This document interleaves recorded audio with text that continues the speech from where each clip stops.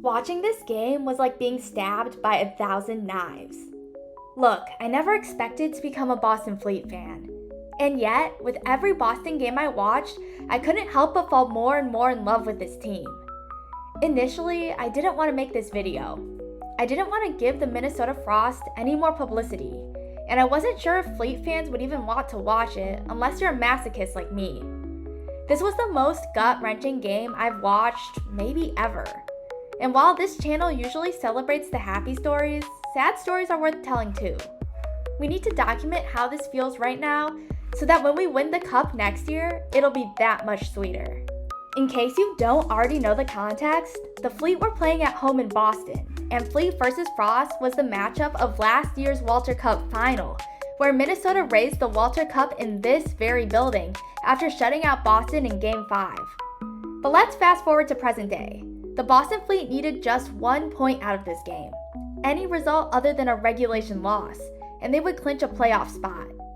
The Ottawa Charge vs. Toronto Scepters game was happening at the same time, and if the Ottawa Charge lost, it would automatically guarantee the Fleet a playoff spot.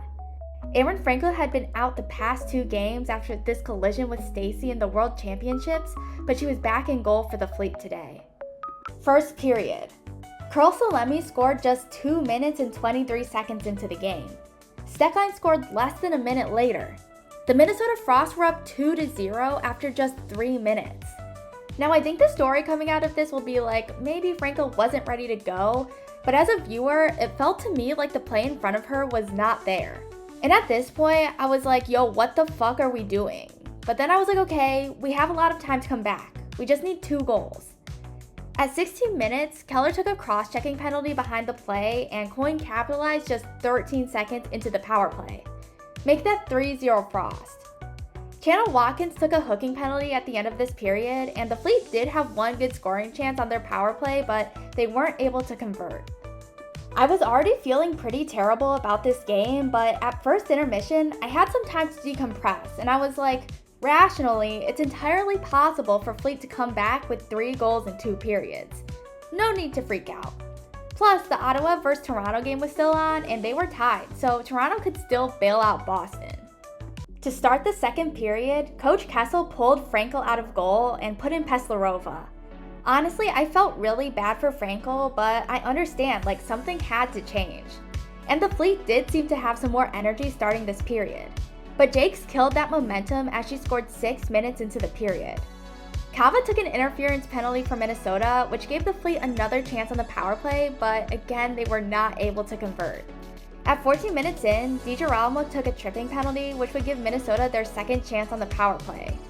Curl-Salemme converted on the power play, making that her second goal of the day and getting Minnesota's second power play goal of the day. It was now 5-0 Frost. At this point, I was actually starting to freak out, and I think the players were too. I finally logged back onto the Ottawa vs. Toronto game and saw that it was going into overtime, so there was still hope. Ottawa could still lose to Toronto. I watched the Ottawa overtime with dread as Mrazova clinched a playoff spot for Ottawa.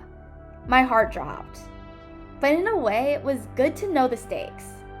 Apparently, the Boston Fleet leadership came into the locker room and told the Fleet the Ottawa game results during the second intermission. It was do or die. If they wanted to make the playoffs, they would need to tie this game up and score 5 goals in the next 20 minutes. I felt kind of hopeless in this moment. 6 goals have been scored in 1 period before in the PWHL, so a comeback wasn't completely impossible. But I knew that it was highly unlikely. And I was already starting to feel sad about this being the last Fleet game of the season. Even if they weren't going to win this game, I just wanted them to battle for 1 more period. Coach Kessel pulled the goaltender with almost 17 minutes left in the game. I don't think I've ever seen a goalie be pulled this early, but I was like, you know what? We need goals. Let's battle. But McQuaid got the empty netter. 6-0 Minnesota. It was over. Brown took a tripping penalty, which the Fleet managed to successfully kill off. Petrie took a hooking penalty with 5 minutes left, so Boston pulled Peslarova again to go 6-on-4, but Jakes got a second empty net goal shorthanded. It was even more over. Now, Boston did manage to show signs of life as DiGirolamo got her first goal of the season, And honestly, it was so bittersweet to see all of the fans cheering. Despite the game being a massive disappointment, these loyal Fleet fans had not left the building and had stayed to support their team. Of course, this game couldn't end on even a slightly positive note, as Knight took a hooking penalty with a minute 30 left, and Himlarova scored the Frost's third power play goal and 8th goal of the night, tying the record for the most goals ever scored in a PWHL game. And with that, the Boston Fleet's 2025 season came to an abrupt end.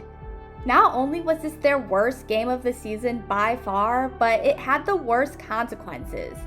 In the final standings, 3rd through 5th place were all tied in points, but the tiebreaker was regulation wins, and so Boston fell to 5th place. I felt terrible for the players, and I felt terrible for the fans. I really want to give a shout out to Boston fans because I know a lot of fans travel quite a long way to get to games, and they all stuck around for the entire game to support their team. What sticks out to me most about this is the feeling of missed opportunities. Knight was having herself a season, and this team is an amazing overtime team and built for the playoffs. I had been saying for months that I thought this team was going to win the cup, but instead they weren't even going to get a chance to fight for it. Hockey is a beautiful game. It can make you feel more alive than you've ever felt. It can turn normal people into superheroes, and it can bring complete strangers together. But today, it was truly heart-wrenching. What did you think of this game, and who are you rooting for now that Boston has been eliminated? Let me know down in the comments, and like and subscribe if you want more PWHL content.